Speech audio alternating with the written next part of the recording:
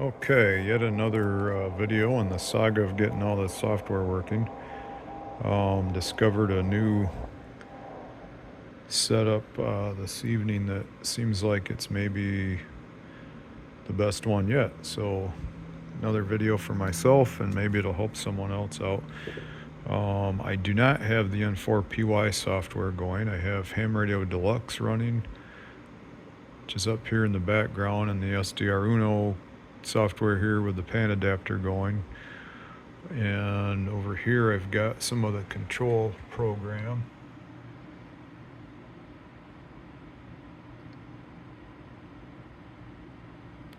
And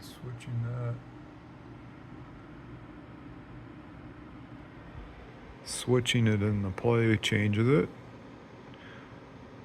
And Ham Radio Deluxe controls it as well. And there's no lag and delay or none of that stuttering like before with, I think, the prior setup, Ham Radio Deluxe with N4PY. It was kind of laggy. It was working, but it was laggy. And my main reason for the N4PY software was to get it all talking to each other. But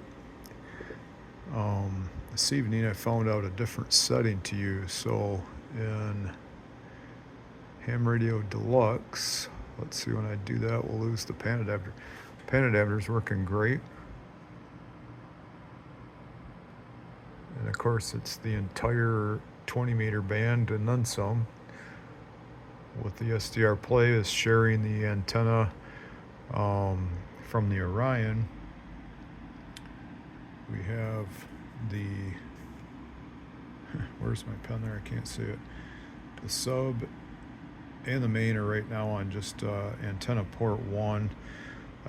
On the Orion, I don't have a separate receive antenna, so they're using whatever antenna 1 is, and then antenna 1 can be every antenna I've got here comes in on that, because I have all these other switches going for the tuner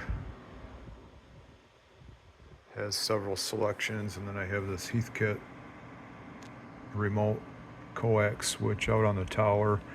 So we have the KLM beam, 40-meter Moxon, and a 1712 dipoles on that. So anyway, back to what the purpose of the video was set up here. So in SDR play, in the receive control panel setting,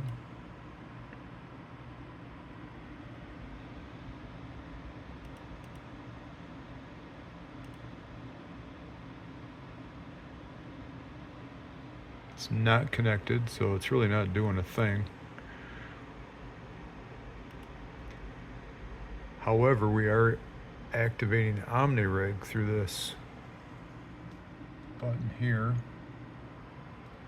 So then what is OmniRig set to? And this is where it got interesting. Is OmniRig has a choice for Ham Radio Deluxe. So I tried this.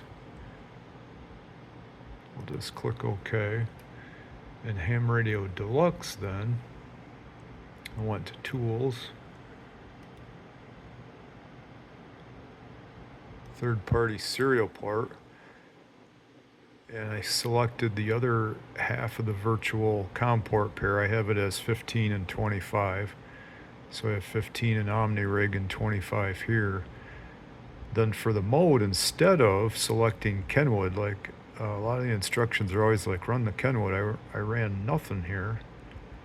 I set the baud rate to the same as OmniRig, clicked apply, and bam, instantly connected. And connected very nicely, if you can see. If I pan back here just a little bit. Oh, and let me pan back just a little bit more. See if I can get the Orion screen, if I can get back far enough.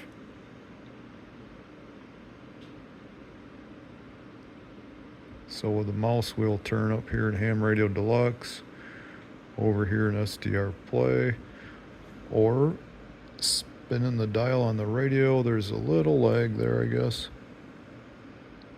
Just a touch, maybe. So nice, it's all working, talking to each other, and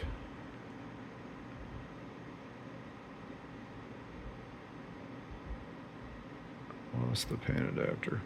So I got to configure the screen. I don't use Ham Radio Deluxe to control the radio. I use the radio to control the radio. Everything's right on the front panel on the Orion. So I just was playing around with this. I'd like to have the pan adapter if I want it. It's not a necessity by any means, but I would like to have it available if I want to look at that on the computer. Let's just zoom this in. I'm down here on the CW portion of the band, and of course now it's gives you the click or point and shoot, whatever you want to call it, capability.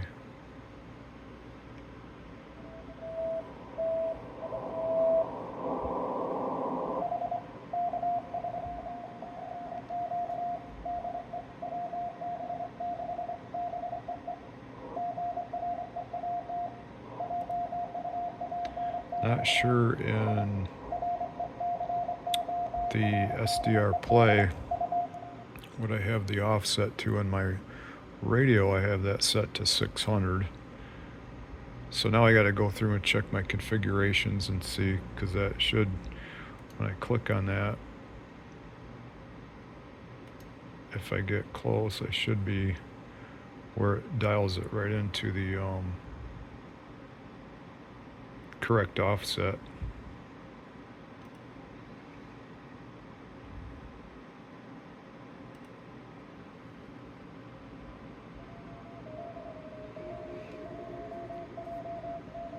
Must be a pileup going on.